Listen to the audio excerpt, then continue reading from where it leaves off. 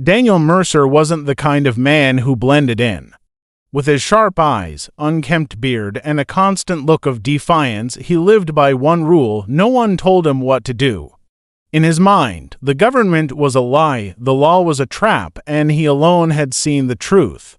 But when a simple traffic stop spiraled into a viral standoff, Daniel's crusade against authority turned into a fight he couldn't win. What began as one man's quest for freedom would soon become a chilling lesson in how far delusion can go before reality hits back. In the dusty outskirts of northern Arizona, a man named Daniel Mercer lived in a weather-beaten trailer that sat on a lonely stretch of land. The property was cluttered with old cars, piles of scrap metal, and signs he demade himself that read things like private land. Government trespassers will be charged. To most people, Daniel was just another odd character who kept to himself, but beneath his quiet exterior was a deep resentment toward authority. He called himself a sovereign citizen, a label he wore like armor against the world he believed was out to control him. Daniel wasn't always like that. Years earlier, he'd worked as a mechanic in town, known for his sharp skills and stubborn attitude. But over time, he grew frustrated with taxes, regulations, and what he called the lies of the system. It started small: a few unpaid parking tickets, ignored court summons, and angry rants about government corruption.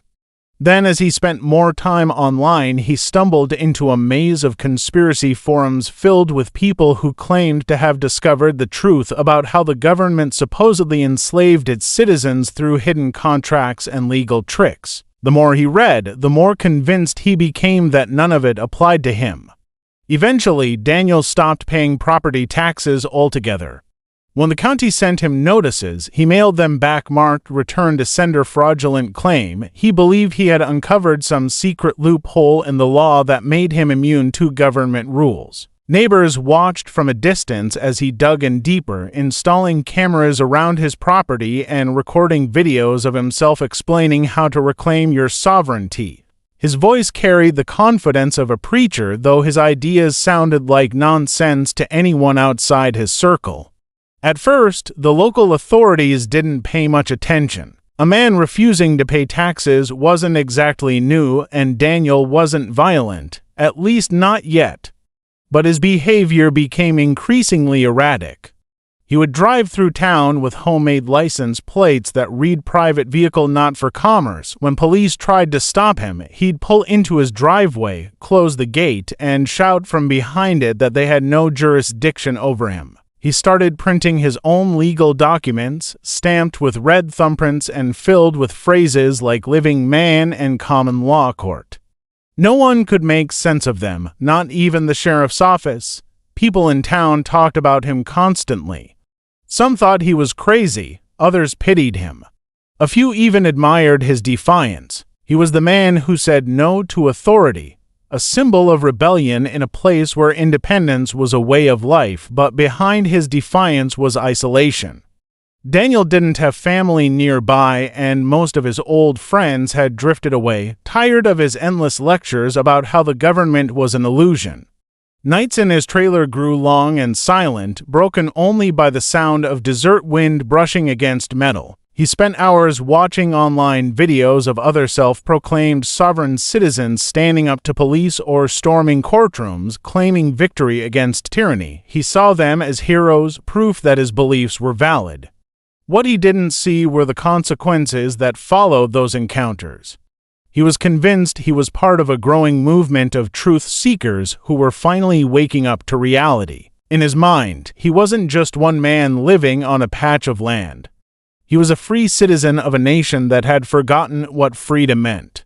As the sun set each evening, Daniel would sit outside with his old camcorder and record messages about liberty and corruption, speaking to an audience he imagined was listening somewhere out there in the digital world. He had no idea that the same passion that made him feel powerful would soon bring him face to face with the very system he thought he had escaped. The first sign of that confrontation came one afternoon when the flashing lights of a county patrol car appeared in his rearview mirror. That was the moment everything began to unravel. The day started like any other for Daniel Mercer. The sun beat down on the dry Arizona road, his old pickup rattling along the cracked asphalt. He was driving into town for supplies, feeling untouchable as usual. The truck's taillight had been broken for weeks, but he didn't care. In his mind, laws like that didn't apply to him.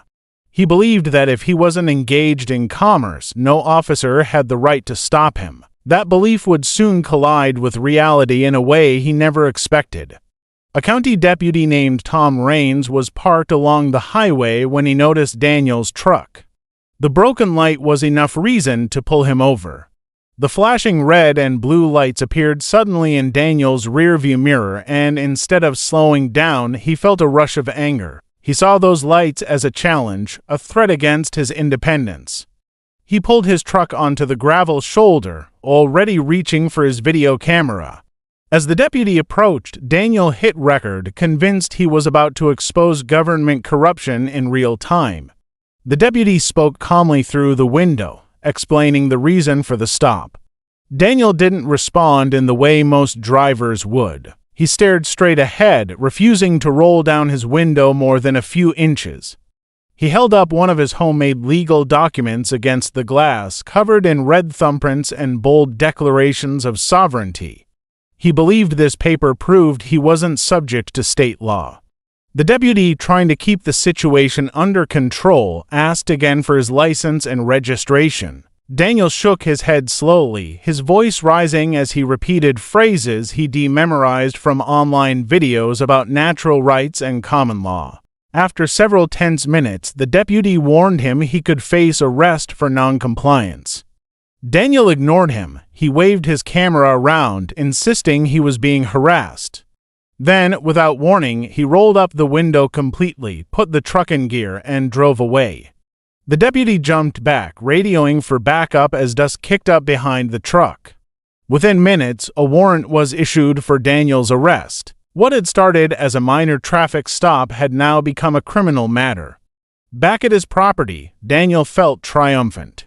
He posted the footage online, editing it to make himself look like a victim standing up to government overreach. The video spread quickly among sovereign citizen communities where viewers praised his defiance. He loved the attention. For the first time, he felt like his message was being heard. He didn't realize that every view, every share was also drawing more attention from law enforcement. By the next morning, sheriff's deputies surrounded his property. Daniel had been up all night, setting up cameras, loading his equipment, and writing long manifestos about freedom. He had no weapons, but his paranoia made him unpredictable. When officers called out for him to step outside, he refused, shouting back that they had no authority on private sovereign land. The standoff stretched for hours. The desert heat shimmered and tensions rose. Daniel recorded everything, certain the footage would prove he was right. Eventually, realizing the situation wouldn't end peacefully, the officers used patience instead of force. After hours of negotiation, Daniel finally stepped outside, holding his camera like a shield. He believed this would be his moment of victory, that the footage would go viral and prove his cause. But as he was handcuffed and read his rights, something flickered across his face, a hesitation, almost confusion, as though he hadn't expected things to go this far. The video he posted later that night did go viral. Supporters hailed him as a patriot, a man brave enough to stand against the government.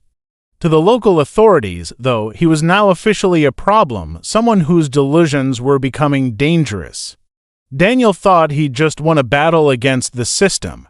In truth, it was only the beginning of his downfall. After spending a few nights in county jail, Daniel Mercer was released on bail. The brief time behind bars only strengthened his convictions. Instead of calming down, he came out more determined than ever to prove he was right.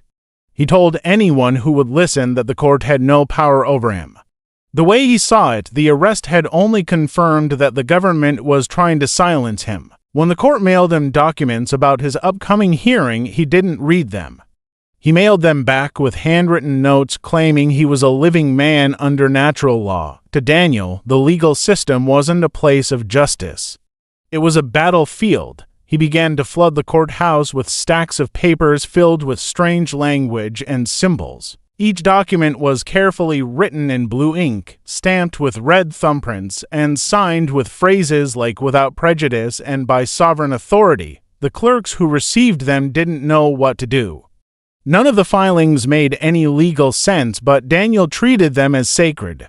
He called it paper warfare, believing he could bury the court in so much paperwork that they would eventually surrender. When letters came back marked "rejected," he took it as proof that the system was corrupt and afraid of him.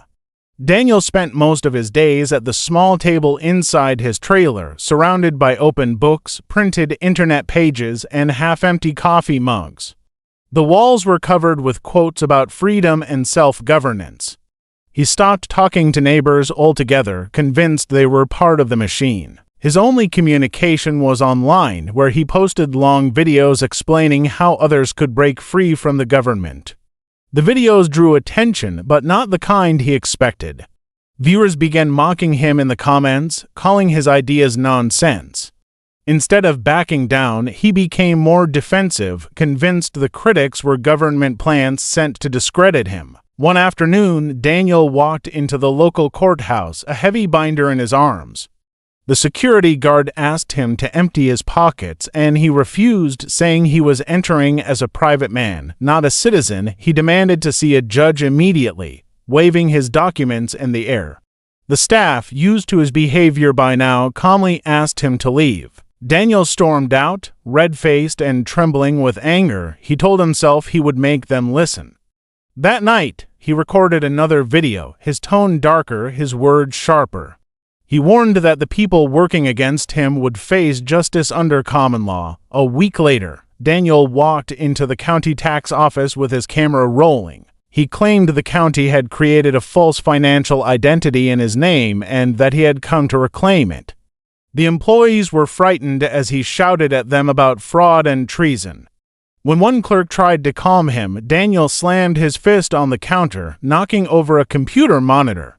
The crash echoed through the room, and within minutes, officers were there to arrest him again. He didn't resist. He looked straight into the nearest camera and smiled, convinced he was making history. The charges this time were far more serious: property damage, disorderly conduct, and making threats. But Daniel saw himself as a martyr. He believed the trial would expose everything he'd been saying.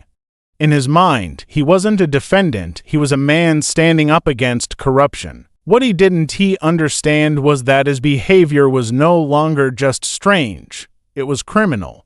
As he sat in the holding cell that night, the same phrase played over and over in his head: "They can't convict a free man."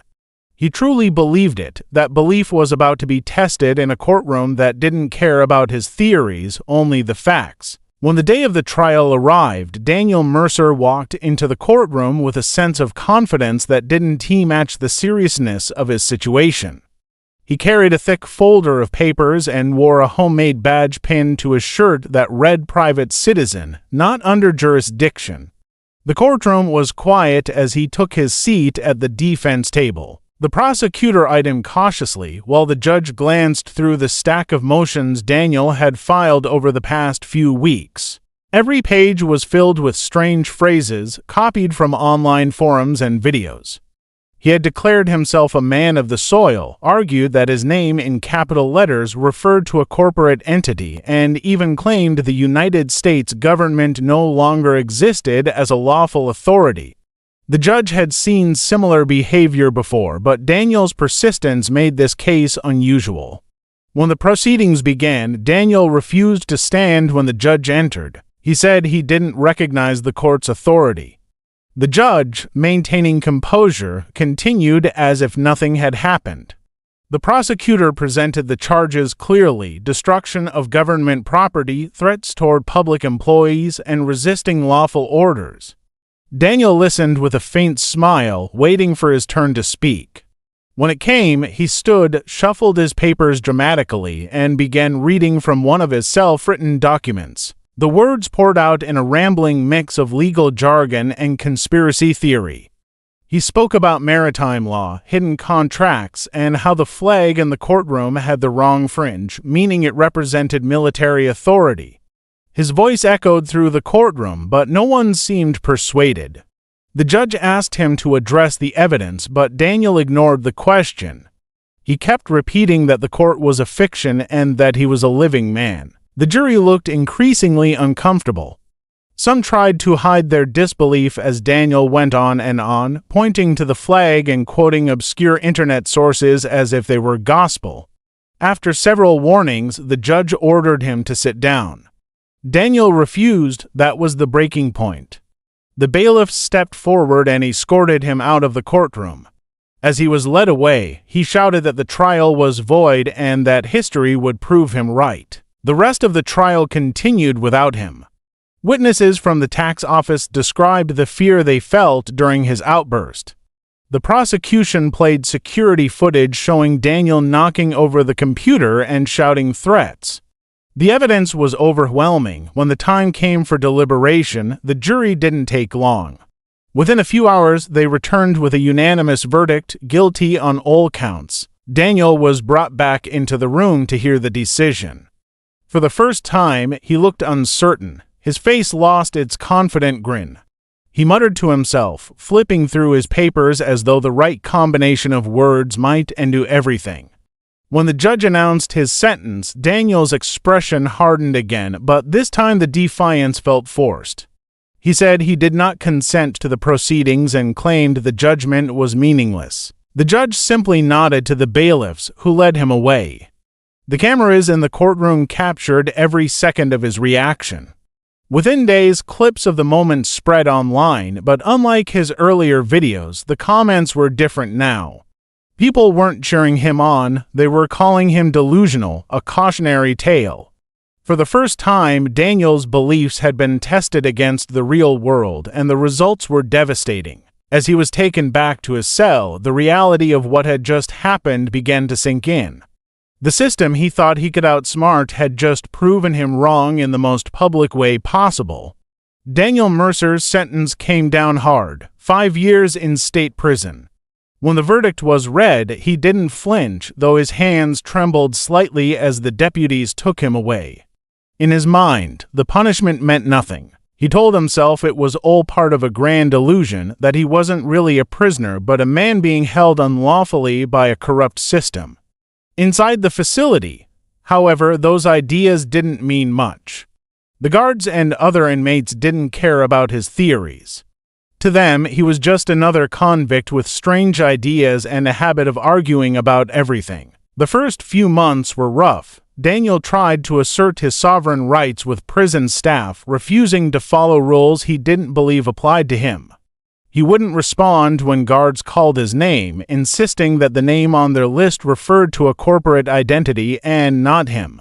His protests earned him time in isolation more than once. He filled his cell with handwritten notes and documents, scratching out endless letters to judges, sheriffs, and anyone he thought might listen.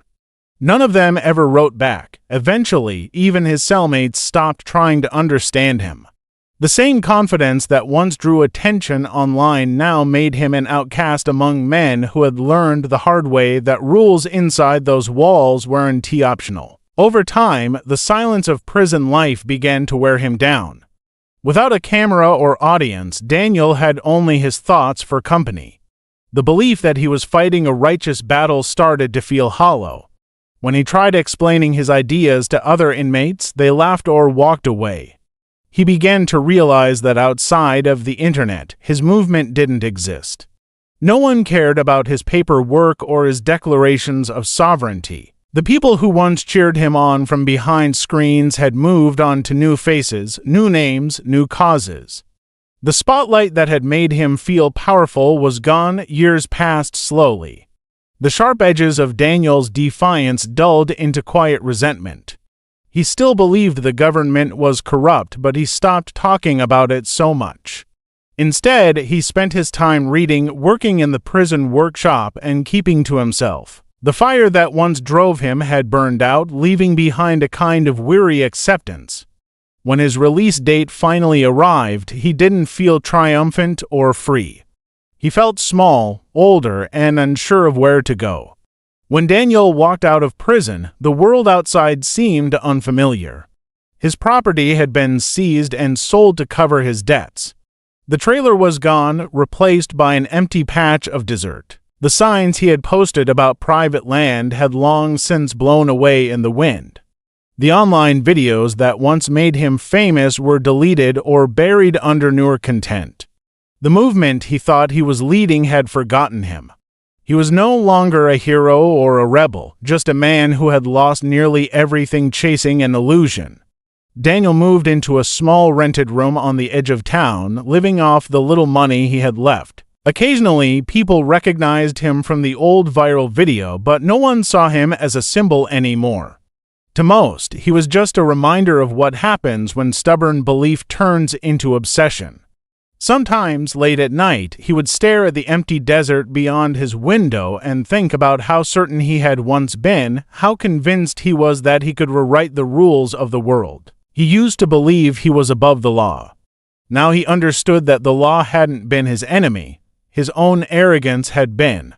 The reality he spent years denying had finally caught up with him, and this time there was no escaping it.